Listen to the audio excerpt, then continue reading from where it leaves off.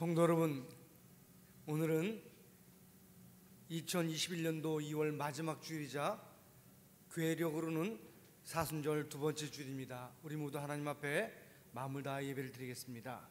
이제 다 같이 일어나서 찬송가 38장을 부르시겠습니다.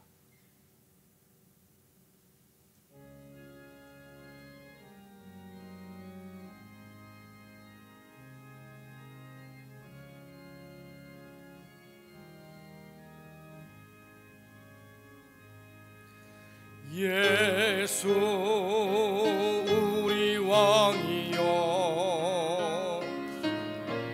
이곳에 오셔서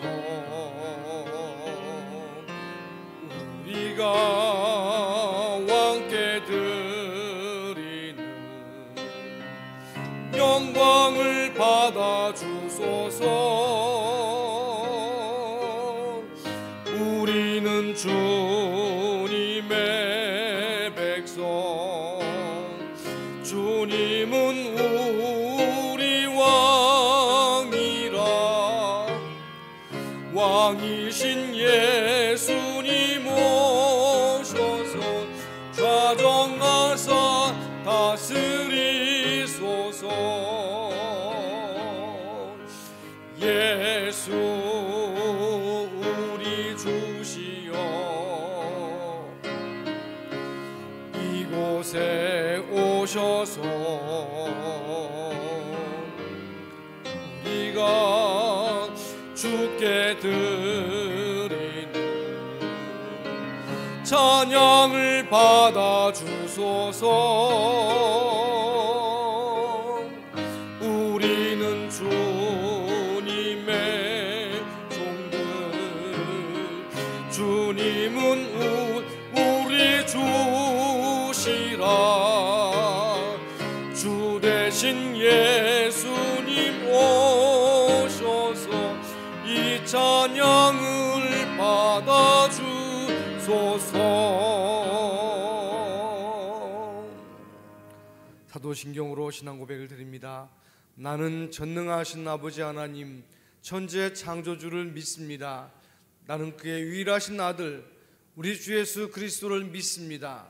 그는 성령으로 잉태되어 동정녀 마리아에게서 나시고 본디오 빌라도에게 고난을 받아 십자가에 못 박혀 죽으시고 장사된 지 사흘 만에 죽은 자 가운데서 다시 살아나셨으며 하늘에 오르시어 전능하신 아버지 하나님 우편에 앉아 계시다가 거기로부터 살아있는 자와 죽은 자를 심판하러 오십니다. 나는 성령을 믿으며 거룩한 공교회와 성도의 교제와 죄를 용서받는 것과 몸의 부활과 영생을 믿습니다. 아멘. 아멘. 교도문 125번 사순절 두 번째 성시를 교독하시겠습니다. 하나님이여, 사슴이 신의 물을 찾기에 갈급함같이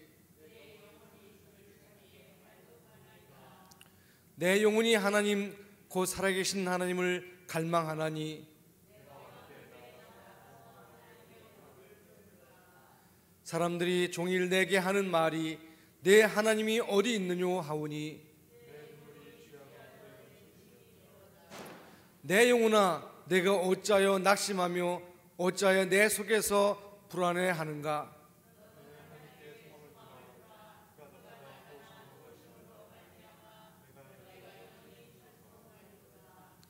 낮에는 여호와께서 그의 인자하심을 베푸시고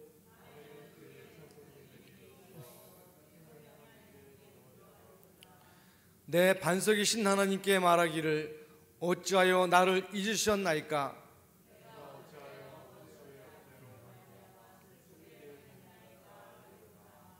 내 뼈를 찌르는 칼같이 내 대적이 나를 비방하여 늘 내게 말하기를 내 영혼아 내가 어찌하여 낙심하며 어찌하여 내 속에서 불안해하는가.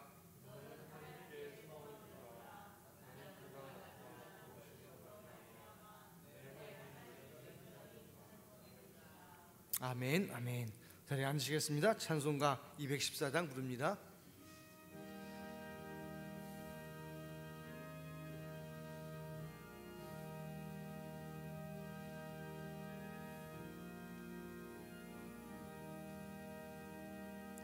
나 주의 도움 받고자 주 예수님께 빕니다. 그 구원 허락하시사 날 받아주소서. 내 모습 이대로 주 받아주소서. 날 위해 돌아가신 주 날 받아주소서.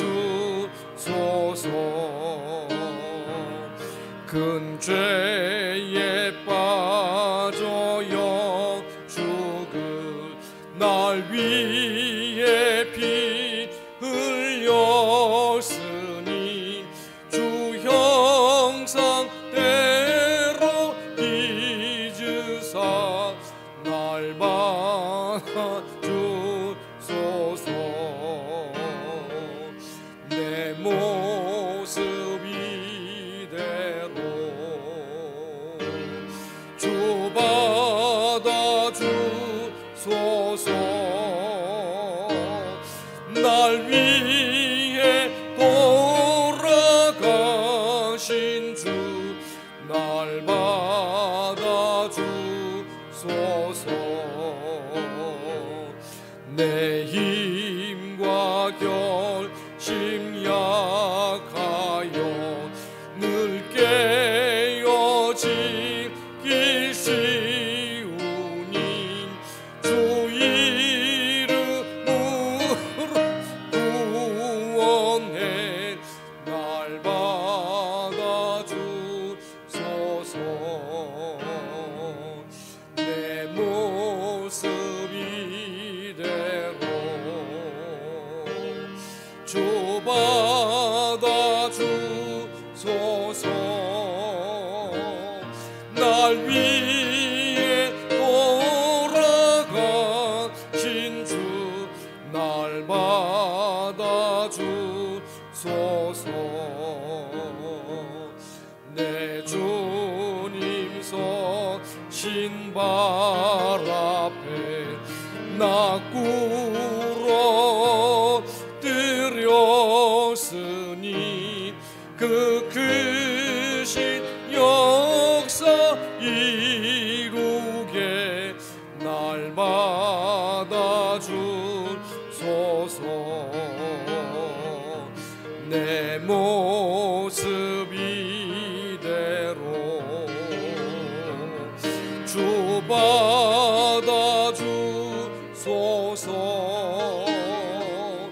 날 위해 돌아가신 주 날 받아주소서.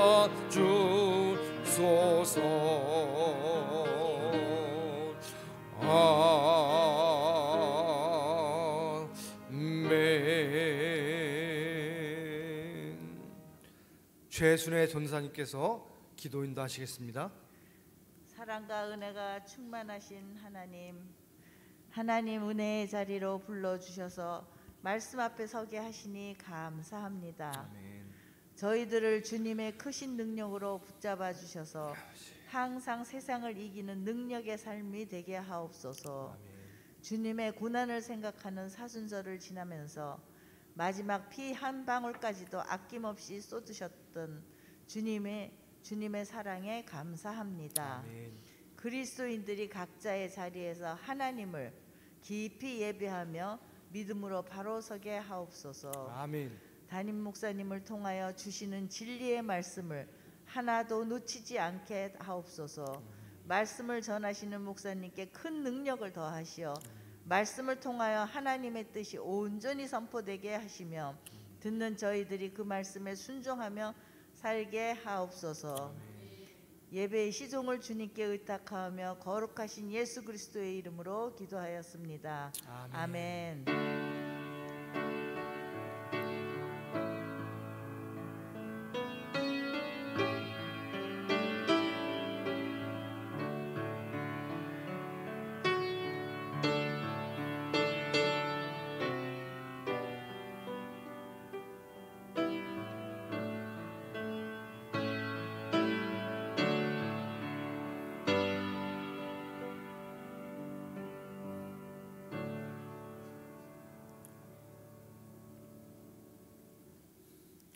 하나님 말씀 신약성경 빌립보 2장 5절로 8절 말씀입니다.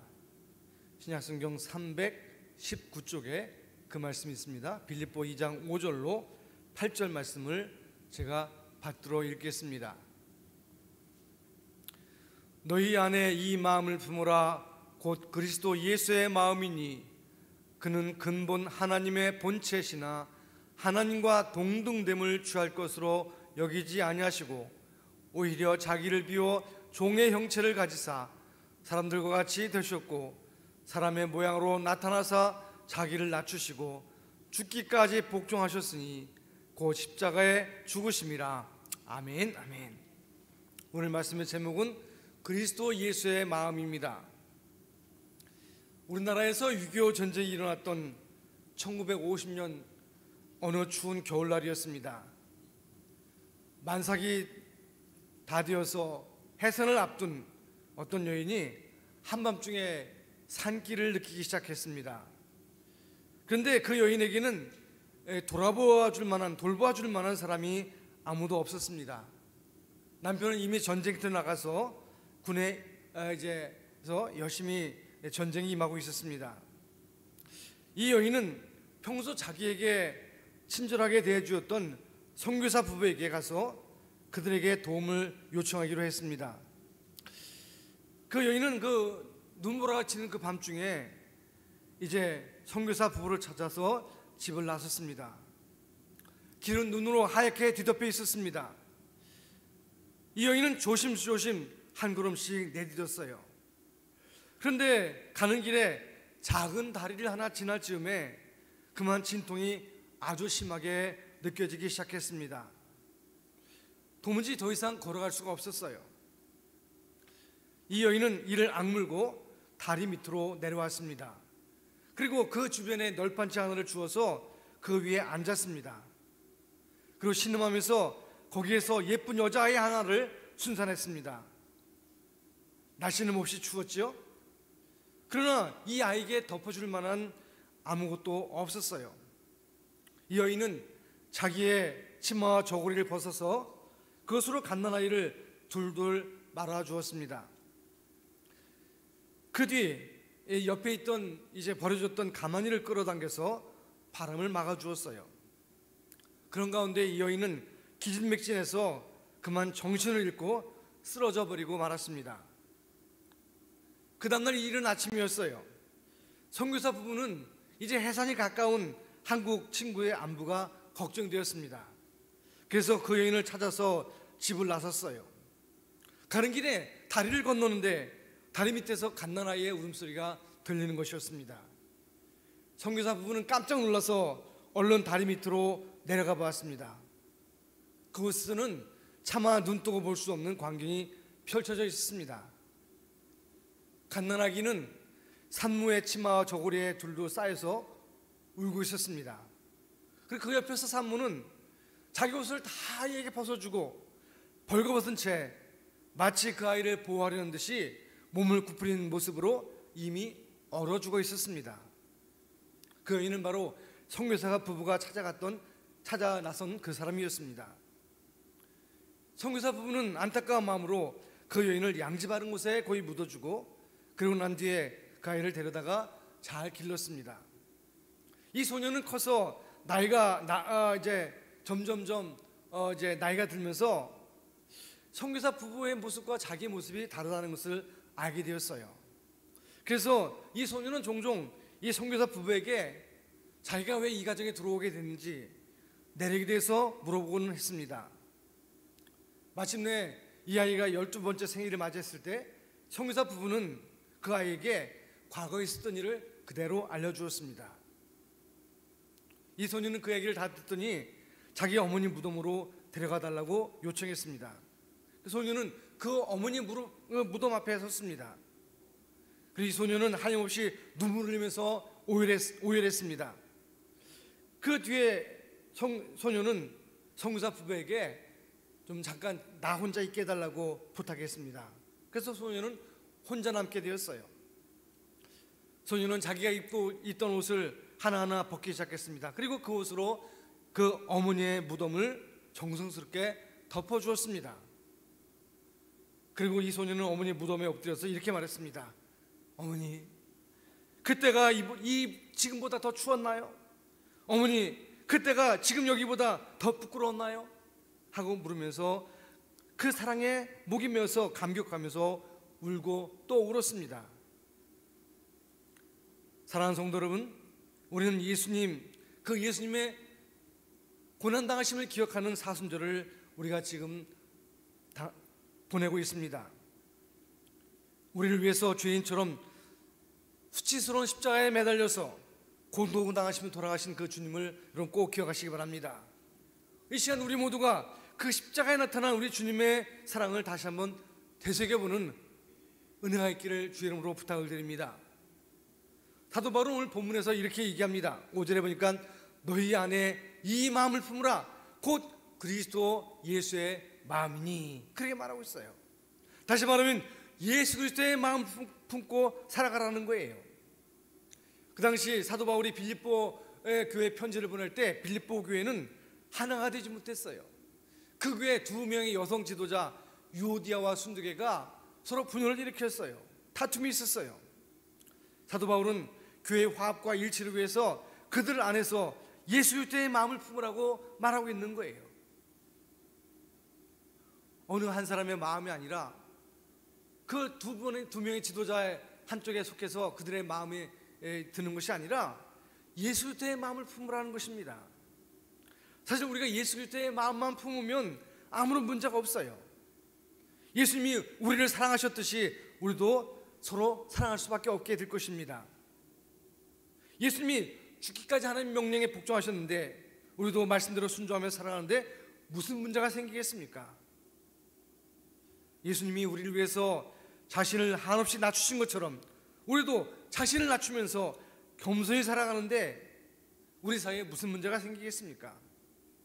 오늘 말씀을 통해서 우리 안에 예수 그리스도의 마음을 품을 수 있는 은혜가 있기를 주 이름으로 축원합니다. 사도 바울은 예수 그리스도의 마음을 품으라 그렇게 말하고 난 다음에 그 예수님의 마음이 어떤 마음인가? 예수님의 낮아심을 본문 6절로 8절에 설명하고 있어요. 그는 근본 하나님의 본체시나 하나님과 동등됨을 취할 것으로 여기지 아니하시고 오히려 자기를 비워 종의 형체를 가지사 사람들과 같이 되셨고 사람의 모양으로 나타나사 자기를 낮추시고 죽기까지 복종하셨으니 곧 십자가에 죽으심이라. 할렐루야.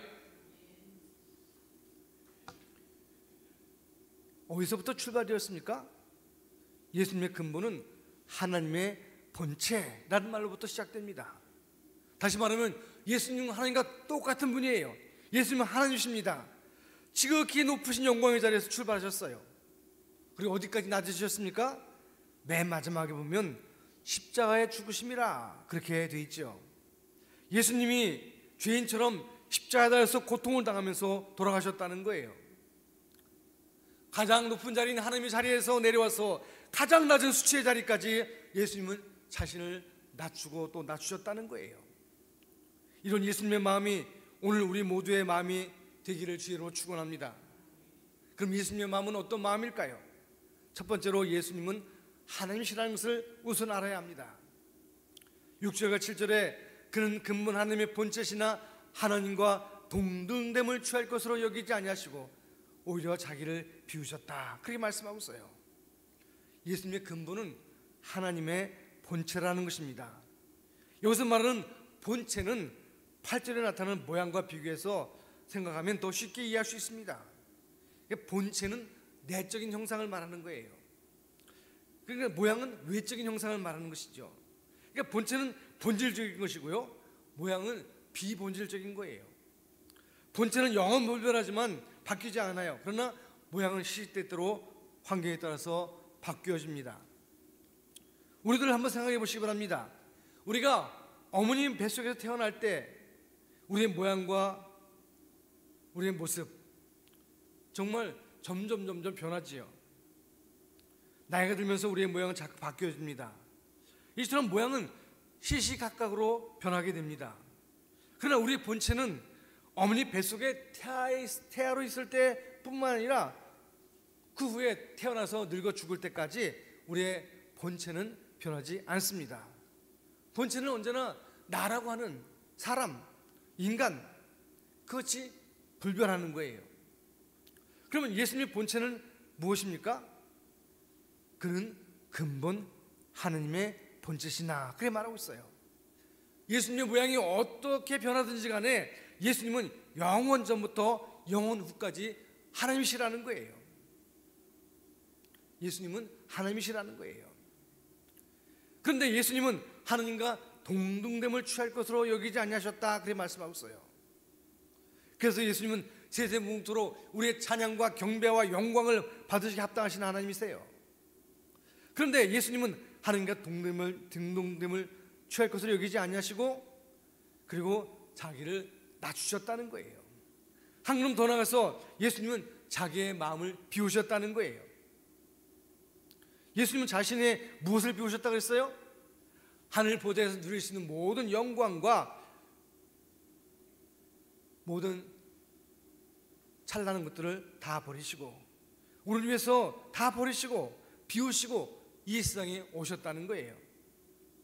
예수님은 우리를 구원하기 위해서 하늘 영광을 버리시고 비천한 이 세상에 오셨다는 거예요. 우리에게 영원한 생명을 주시기 위해서 죄악 가운데 있는 우리를 구원하시기 위해서 예수님은 하늘의 영광을 버리셨다는 거예요. 미국의 유명한 부흥사 가운데 빌리 썬데이라는 목사님이 계세요. 한 번은 이 썬데이 목사님이 미국의 어느 도시에서 대규모 집회를 열도록 초청을 받았어요. 그리고 이 집회를 열기 전에 그 도시의 시장에게 편지를 썼어요. 이렇게 썼습니다. 시장님, 우리는 도시에서 놀라운 부흥 집회를 열기 위해서 준비하고 있습니다. 혹시 시장님께서 아시는 분들 가운데 이런저런 문제로 고민하면서 우리의 기도가 필요한 사람이 있습니까? 그러면 그 명단을 좀 적어서 보내주시기 바랍니다. 우리가 열심히 그들을 위해서 기도하면서 준비하겠습니다. 그렇게 편지를 보냈어요. 며칠 뒤에 그 요청대로 빌리 썬데이 목사님에게 그 도시의 시장이 명단을 보내왔어요. 그런데 놀랍게도 그 도시의 전화번호 책을 보내온 거예요. 전화번호부. 이것이 무슨 뜻이겠습니까? 이 세상에 문제가 없는 사람은 하나도 없다는 거예요. 그 도시의 사람들은 사는 사람들은 모두가 문제가 있다는 거예요. 세상에 기도가 필요하지 않은 사람이 누가 있겠습니까? 성경에 보면 의인은 없나니 하나도 없다, 그렇게 말씀하고 있는데 누구에게나 무거운 죄의 짐이 있어요. 어려운 문제가 있어요. 우리 예수님이 왜 하늘 영광 보좌를 버리시고 이 땅에 오셨습니까? 수고하고 무거운 짐, 죄의 짐을 벗겨주기 위해서 우리를 안식으로 초대하시기 위해서 오신 것입니다. 이 시간 우리가 마음을 활짝 열고 예수님의 사랑을 그대로 받을 수 있게 되시기 바랍니다. 우리에게 있는 모든 무거운 짐을 다 예수님께 맡기고 예수님 주시는 참된 안식을 누리게 되시길 바랍니다. 이 시간 우리 모두가 주 안에서 누리는 기쁨과 평강을 다시 한번 회복할 수 있게 되시기를 주님의 이름으로 축원합니다. 두 번째로, 예수님은 사람이 되셨다는 것입니다. 예수님은 그저 하늘 보지 않으셔서 인간들이 너희들 올라와라 그렇게 요청하신 게 아니에요. 친히 우리가 똑같은 육신을 입고 이 낮은 이 땅에 내려오셨다는 거예요. 그래서 예수님은 사람이 되셨어요. 7절로 8절에 보면 종의 형체를 가지사 사람들과 같이 되셨고 사람의 모양으로 나타나셨다, 그렇게 말씀하고 있어요. 예수님은 종의 형체를 가지셨다. 마가복음 10장 45절에 보면 인자가 온 것은 섬김을 받으려 함이 아니라 도리어 섬기려 하고 자기 목숨을 많은 사람의 대속물로 주려 함이니라, 그렇게 말씀하셨죠. 예수님은 주인처럼 섬김을 받으러 오신 게 아니라 종들처럼 우리를 섬기려고 오셨다는 거예요. 7절에 있는 형체라는 말이나 6절에 있는 하나님의 본체라고 할 때 그 말은 원래 헬라어상으로는 똑같은 단어예요. 그러니까 예수님은 그저 겉모양만 종의 모습을 취한 것이 아니라 실질적으로 십자가를 지기 위해서 종의 형체를 가지고 오셨다는 거예요. 그분은 온 우주의 만물의 주인이십니다. 그럼에도 불구하고 주님은 이 땅에 오셔서 주인처럼 모든 것을 소유하려고 하지 않으셨어요. 종처럼 다른 모든 사람에게 빌려 쓰셨어요. 여러분 한번 생각해 봅시다. 예수님이 탄생하실 때 마구간을 빌리셨죠. 예수님은 머리 둘 곳이 없으셨어요. 그래서 예수님은 자주자주 이곳저곳에서 특히 감람산에서 잘 주무셨어요. 갈릴리 바다를 건너실 때나 사람들에게 천국의 비밀을 선포하실 때에도 다른 사람의 배를 빌려서 타셨어요. 예루살렘에 입성하실 때에도 다른 사람의 나귀를 빌려서 타셨어요. 예수님은 유월절 만찬을 드시기 위해서도 다른 사람의 다락방을 빌리셨어요. 심지어 예수님은 자신의 육신을 장사 지낼 때에도 다른 사람의 무덤을 빌리셨어요. 예수님은 문자 그대로 종의 형체를 가지고 오셔서 종처럼 우리를 섬기셨다는 것을 기억하시기 바랍니다. 한 걸음 더 나아가 예수님은 사람들과 같이 되셨다, 그렇게 성경은 말씀하고 있어요. 우리가 똑같은 육신을 입으셨다는 거예요. 이것은 예수님의 인성을 가리키는 말이에요. 예수님은 우리가 똑같은 어린 시절을 보내셨어요. 성경에 보면 예수님은 자라면서 지혜도 잘하고 키도 잘하셨다, 그렇게 말씀하고 있어요. 또 우리와 똑같은 육신을 가지셨기 때문에 성경에 보면 시장하실 때가 있어요. 줄이실 때가 있었어요. 고단함을 느낄 때도 있었어요. 피곤하면 배에 고문에서까지 주무셨어요. 예수님은 우리가 똑같은 모습을 지니셨기 때문에 사랑하는 사람 나사로를 보면서 그가 죽었을 때 슬퍼하면서 우셨어요. 또 우리와 마찬가지로 시험도 당하셨어요. 히브리서 4장 15절에 보면 우리에게 있는 대제사장 곧 예수님은 우리의 연약함을 동정하지 못하실 뿐이 아니라 모든 일에 우리가 똑같이 시험을 받으시니로되 죄는 없으시니라, 그렇게 말씀하고 있어요. 예수님은 우리가 똑같은 시험을 받으셨다는 거예요. 다만 죄를 짓지 않으셨다는 것이죠. 우리가 슬퍼할 때 예수님도 슬퍼하셨어요. 우리가 기뻐할 만큼 예수님도 기뻐하신 적이 있어요. 우리가 피곤을 느낄 만큼 주님도 피곤을 느끼셨어요. 주님 우리가 똑같은 모습을 가지고 오셨어요. 시험도 똑같이 당하셨어요.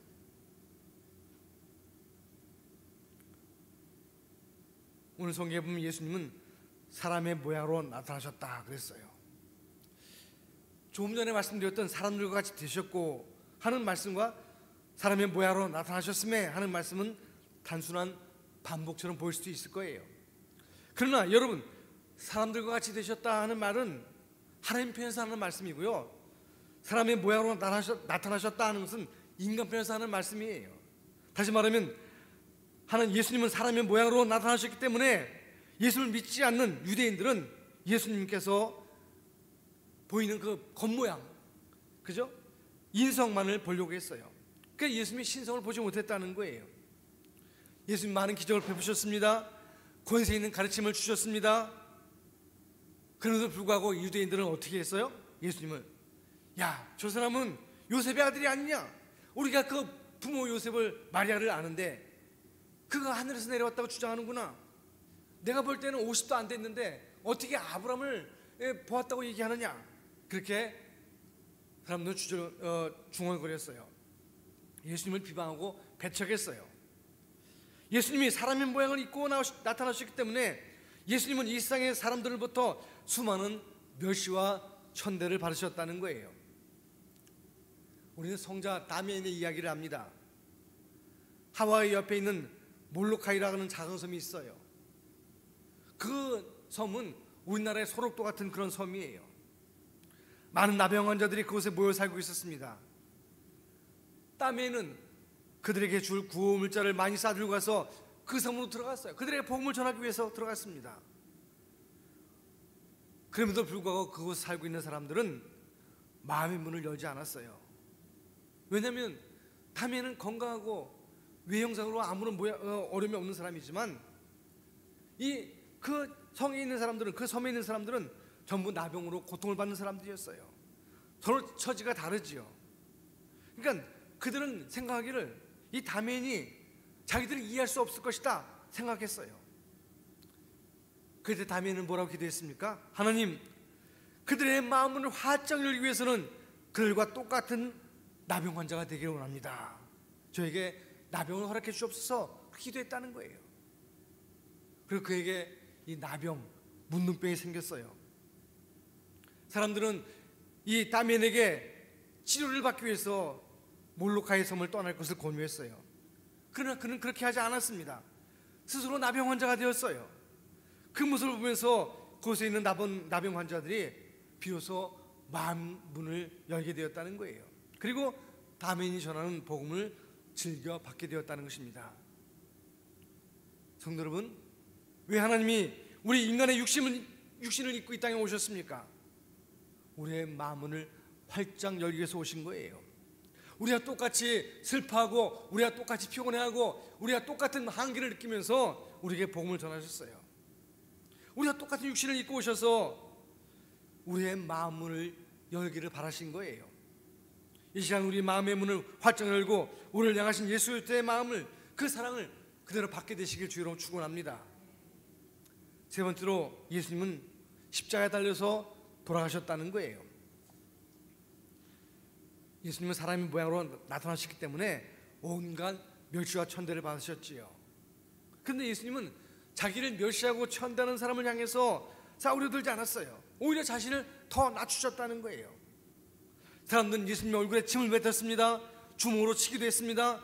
손바닥으로 때리기도 했습니다. 엄청난 멸시 속에서 예수님은 잠잠하셨다는 거예요. 예수님 욕을 받으셨지만 대신 욕하지 않으셨어요. 예수님은 오히려 자신을 낮추셨다는 것입니다. 그러므로 우리는 하나님의 거룩하신 뜻, 우리 인류를 구원하고자 하는 그 하나님의 뜻을 깨닫게 된 거예요. 예수님 바로 그 뜻에 복종하셨어요. 예수님이 하나님 뜻에 언제까지 복종하셨어요? 성경에 보니까 죽기까지 복종하셨다 그랬어요. 예수님이 십자가에 고난 당하실 때 사람들이 막 조롱하고 침을 뱉고 때리고 할 때, 주먹으로 칠 때 그만해!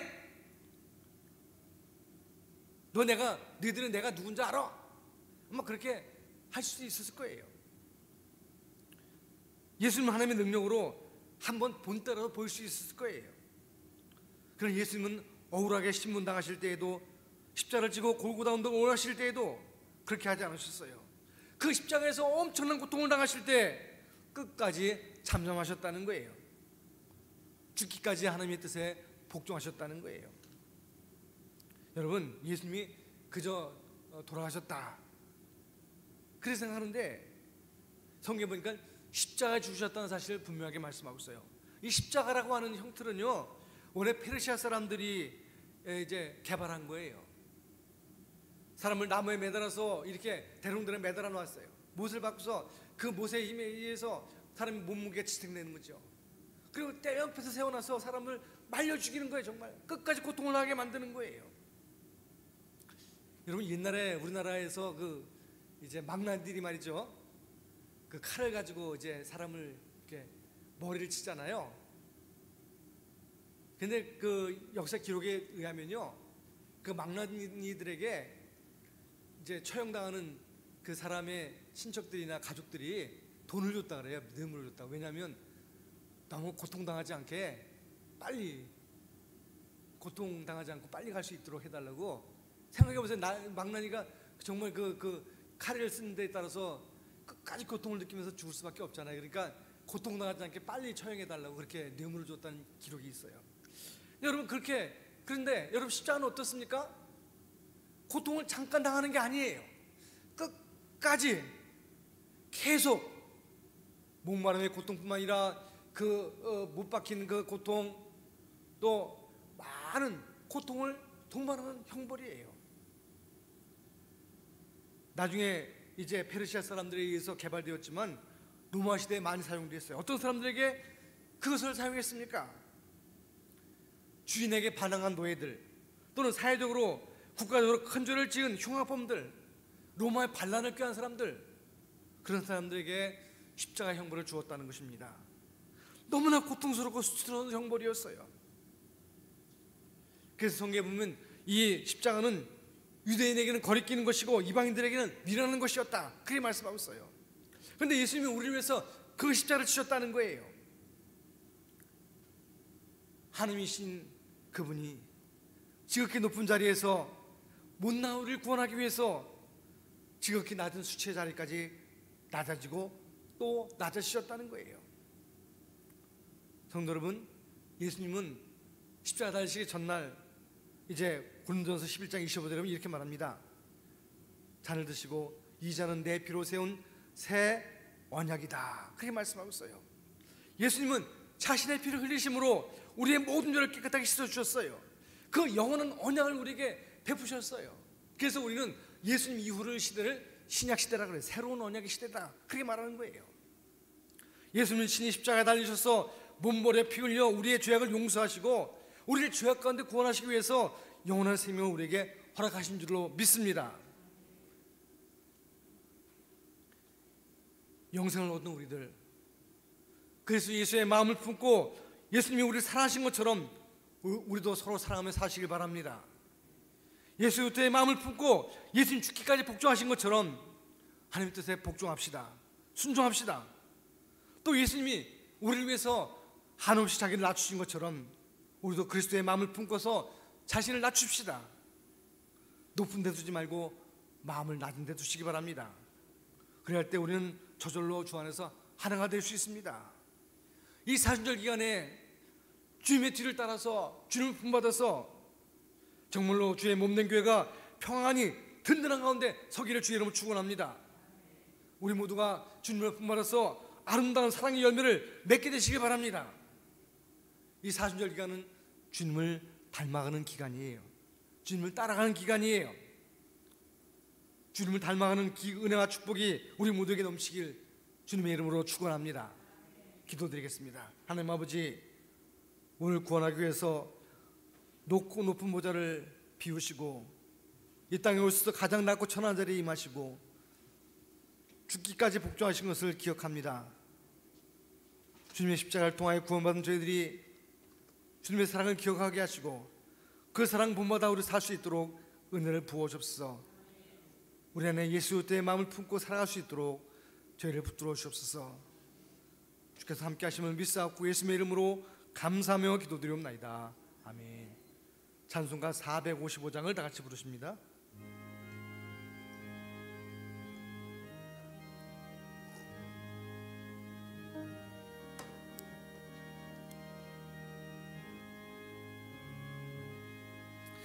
주님의 마음을 본받는 자, 그 마음의 평강이 찾아오는 험악한 세상을 이길 힘이 하늘로부터 임함이로다. 주님의 마음 본받아 살면서 그 거룩하심 나도 이루리.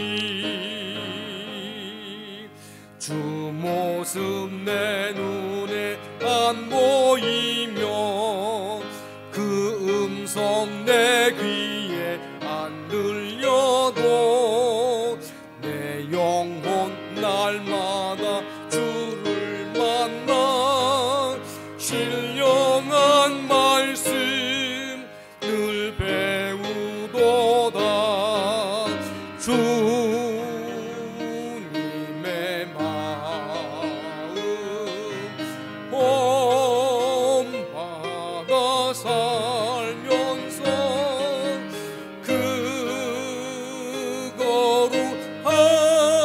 거룩하심 나도 이루리. 가는 길 거칠고 험하여도 내 맘에 불평이 없어짐은 십자가 고난을 이겨내신 주님의 마음 본받음이라. 주님의 마음 본받아 살며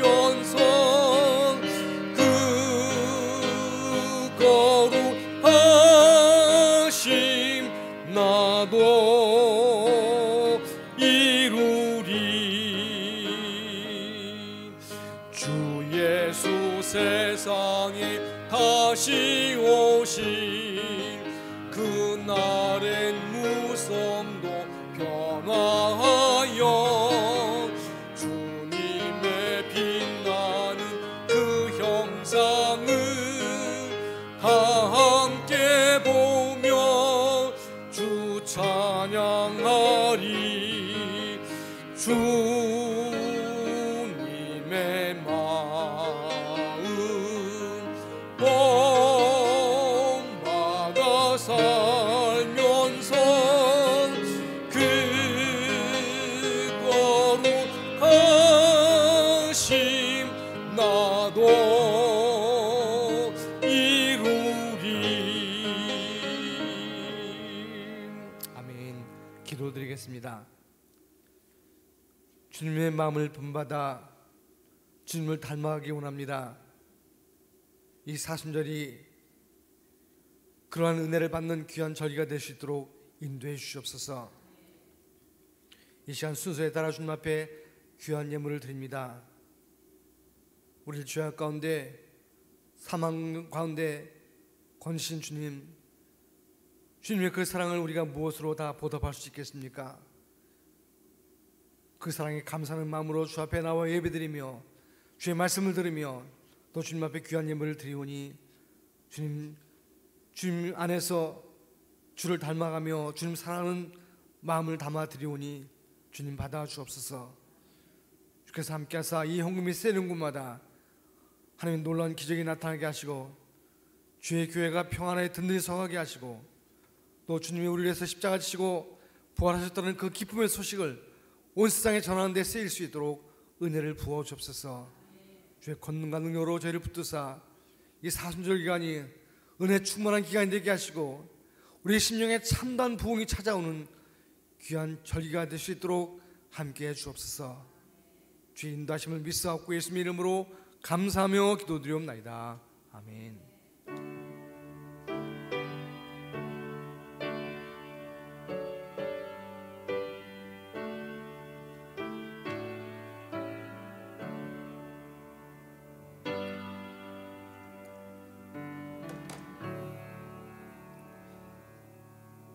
할렐루야.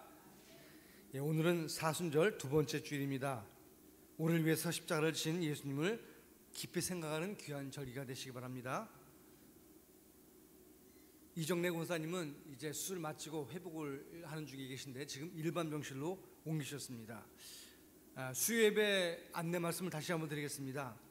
매주 수요일날 저녁 예배는 이제 우리가 하나님의 말씀을 듣고 뿐만 아니라 이제 교회와 성도들을 위해서 그리고 가정과 자녀를 위해서 때로는 나라를 위해서 기도하는 순서를 갖게 되었습니다. 여러분들 기억하시고 꼭 참여하시기 바랍니다. 혹시 다른 광고 있으십니까? 이제 우리 다 같이 일어나서 송영 54장 부르신 후에 축도로 예배를 마치겠습니다.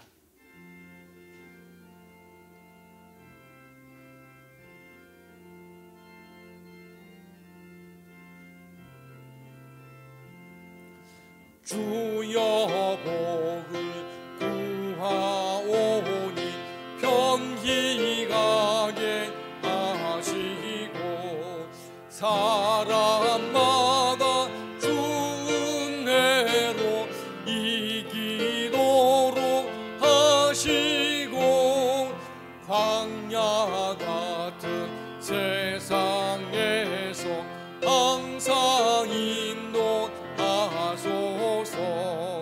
주의 복된 말씀 듣고 무한 감사합니다.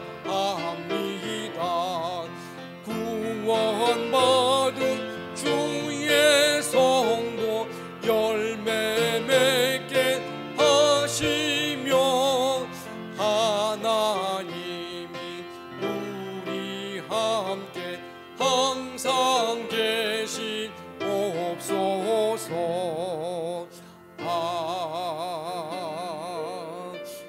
아멘.